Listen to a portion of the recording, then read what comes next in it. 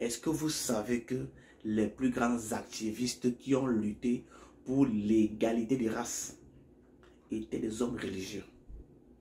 Par exemple, Martin Luther King Jr., Desmond Tutu, Malcolm X. Ces mecs étaient des hommes religieux et ils ont dit que non, aucune race n'est supérieure à l'autre. Et c'était des...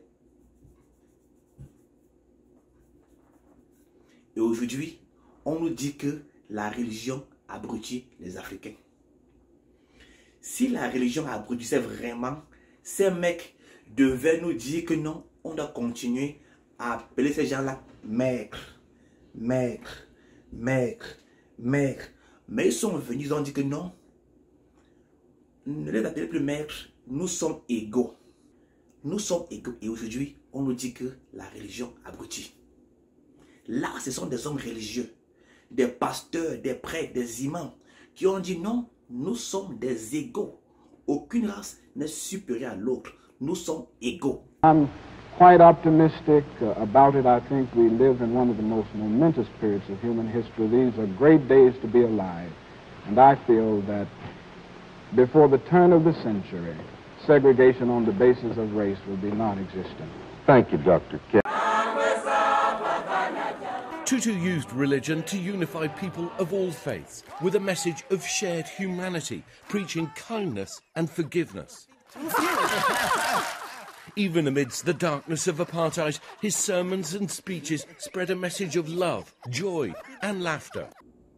Dire que les églises et les mosquées abrutissent les Africains, hein, c'est la pire des conneries que je n'ai jamais écoutées. Au Cameroun, il n'y a pas de méga church. Aux États-Unis, il y a beaucoup de méga church. Une église qui a 10 000 membres, 10 000 membres, 5 000 membres, 10 000 membres, de quand même 20 000 membres. Beaucoup de méga church. Mais les Américains ne sont pas abrutis. Hein? Ils ne sont pas abrutis. Le Cameroun n'a pas de méga church. Mais comment est-ce qu'ils peuvent être abrutis? Par l'église. Parce que dire que non, que la religion abrutit les Africains, c'est abusé. Il est bien vrai qu'il y a beaucoup de faux prophètes en Afrique surtout, qui sont comme des gourous, qui font faire à leurs membres des conneries. On les fait manger des herbes, ils boivent le carburant, ils font des choses. C'est juste une poignée de faux prophètes. Donc il ne faut pas généraliser. Prendre ces faux prophètes-là pour les généraliser, ok? Il ne faut pas généraliser. Donc dans plusieurs pays, il y a les églises et des mosquées. S'il faut me dire, même en Afrique, là, en Afrique, les pays qui ont le plus d'églises et de mosquées sont les pays en Afrique les plus riches. Au Nigeria, il y a beaucoup d'églises, beaucoup de mosquées. En Afrique du Sud, il y a beaucoup d'églises. C'est un pays chrétien. Beaucoup d'églises là-bas. Mais ils sont riches. Ils sont riches. Est-ce que ces gars sont abrutis par la religion? I don't think so. Il est bien vrai que certains faux prophètes ont abruti les membres. Je dis bien certains faux prophètes ont abruti les membres. Mais il ne faut pas généraliser. Aux États-Unis, par exemple, c'est un pays chrétien à la base, où le président prête serment sur la Bible. Et quand le gars prête serment, ce jour-là, il y a un pasteur qui vient prêcher. Shall we pray? Our Father and our God, thou hast said, blessed is the nation whose God is the Lord.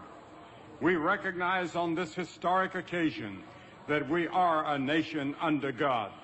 This faith in God is our foundation and our heritage. Let us unite in prayer. God, we gather under the beauty of your holiness and the holiness of your beauty. We seek your face, your smile, your warm embrace. We petition you once more in this celebration. We pray for divine favor upon our President, Joseph R. Biden, and our First Lady, Dr. Jill Biden, and their family. Eternal God, bless President Donald J. Trump and America, our great nation.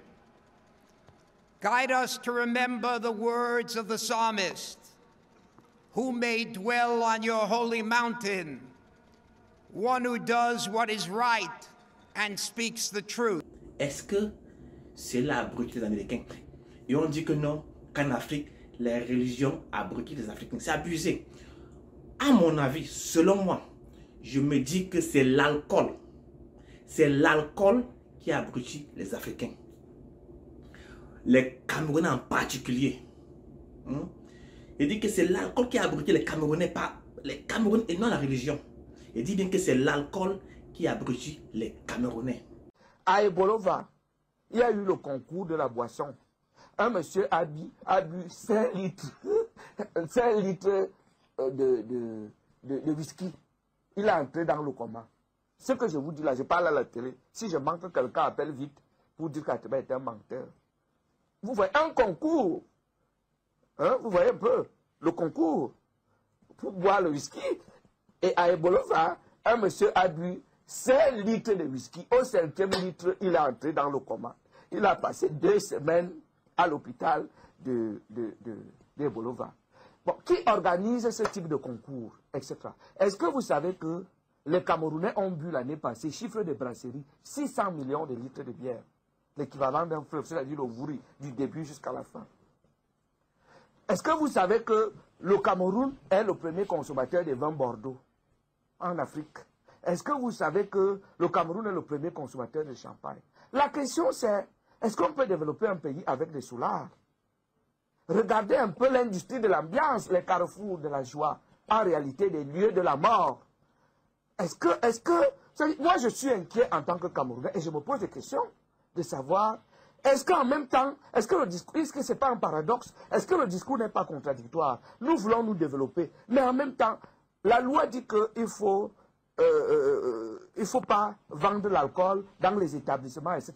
À l'université de Douala, l'année passée, on a trouvé qu'aux alentours, il y avait des centaines de bars. Les enfants commencent à boire maintenant au berceau. Au lycée de Kribi, on a renvoyé des enfants de 3e, on les a surpris en train de boire du vin rouge. Vous voyez, non? Quand un enfant commence à boire du vin rouge en 3e, qu'est-ce que vous devez attendre de lui? Les whisky sont miniaturisés. Kitoko, Kilature, Lion d'or, 100 francs. On vend partout. Pour donc célébrer la victoire de nos chers Lions indomptables à Yaoundé 6, mon épouse et moi mettons à votre disposition 100 casiers de bière. Au Cameroun, sur une rue, tu peux avoir 20 bars sur une seule rue. Et ces bars tournent 100 à l'heure. Les gars, à 8 heures, tu vois les gars au bar en train de boire. À 8 heures, les gars sont au bar en train de boire. 8 heures. 8 heures.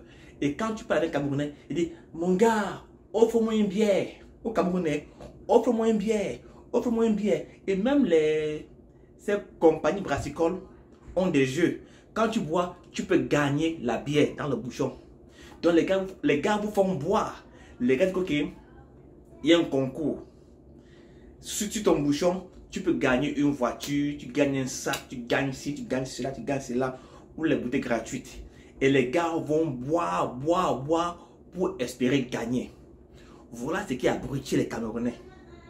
Et quand il y a un meeting, le politicien doit offrir la bière à ses followers, à ses gens. Il doit offrir la bière. Ici, aux États-Unis, la bière est franchement, pour acheter la bière, du moins pour acheter l'alcool, il faut avoir au moins 21 ans. Il faut avoir 21 ans minimum pour entrer dans un endroit où on vend l'alcool. 21 ans. Dans les boîtes de nuit, il y a un portier. Quand tu viens, il regarde ta carte d'identité. Si tu as moins de 21 ans, tu n'entres pas. Régularisé. Et pour vendre l'alcool, il faut une licence. Ce n'est pas n'importe qui peut vendre l'alcool. Moi, quand on était au lycée, on était encore jeune, mais on buvait au bar avec nos professeurs. Je n'invente rien. Je n'invente rien. On buvait au bar avec nos professeurs. Je ne sais pas si ça n'est pas encore maintenant, mais on buvait au bar avec nos professeurs. On n'avait même pas encore 20 ans, mais on buvait au bar avec nos professeurs. vous voyez que c'est la bière qui a abruti les gars. Souvent, tu vois un gars, le gars préfère t'offrir la boisson que de t'offrir l'argent pour faire un business avec ça. Tu peux avoir un problème d'argent, mais le Camerounais va préférer te faire boire. Il peut te faire boire la bière même de 100 000. Mais si tu demandes 10 000, le gars te refuse. Les gars disent qu'il faut fermer les églises. Mais ils ne vont jamais te dire qu'il faut fermer les bars. Ou limiter les bars.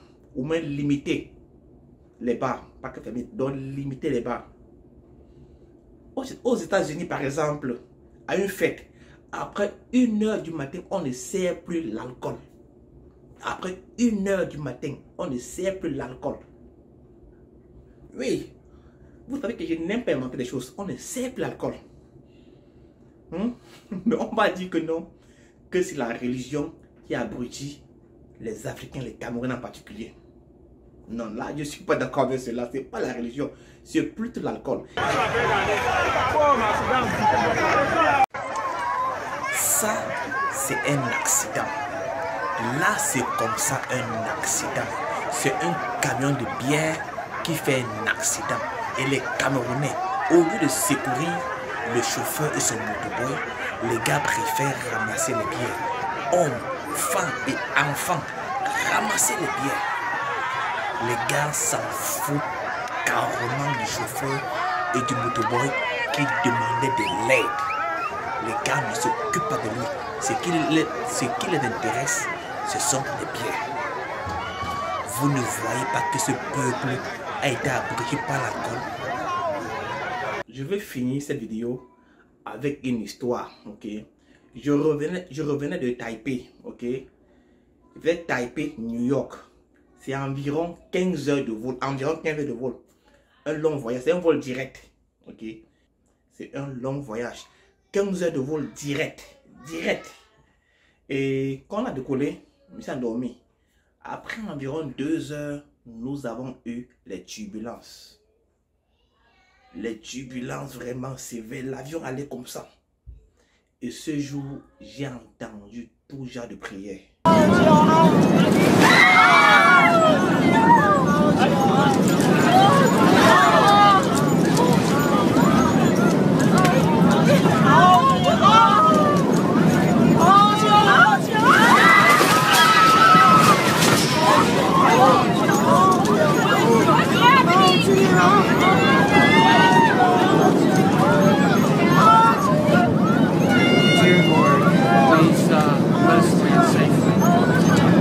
My family. I love my family very much. Everybody, please.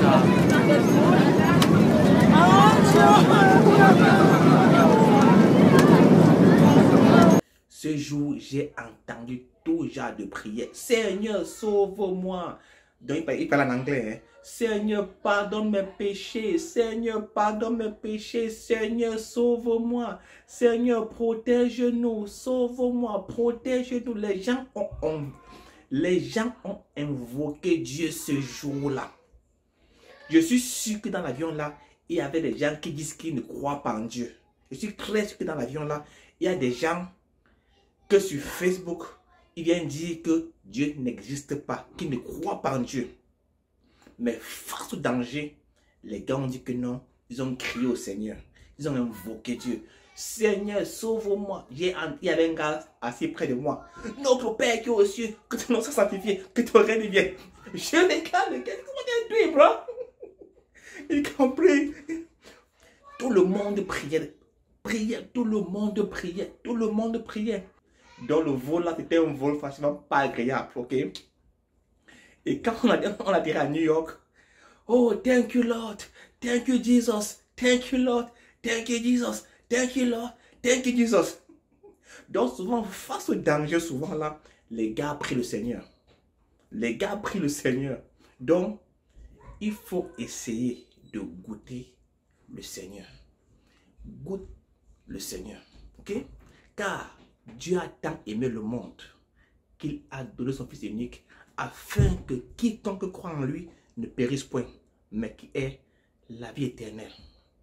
Passez une bonne journée. pour ceux qui sont très fâchés, hein, ceux qui sont en colère, la bouillonne là. Que Dieu vous bénisse, ok? Que Dieu vous bénisse. Et n'oubliez pas de mettre vos insultes en commentaire. Bye bye.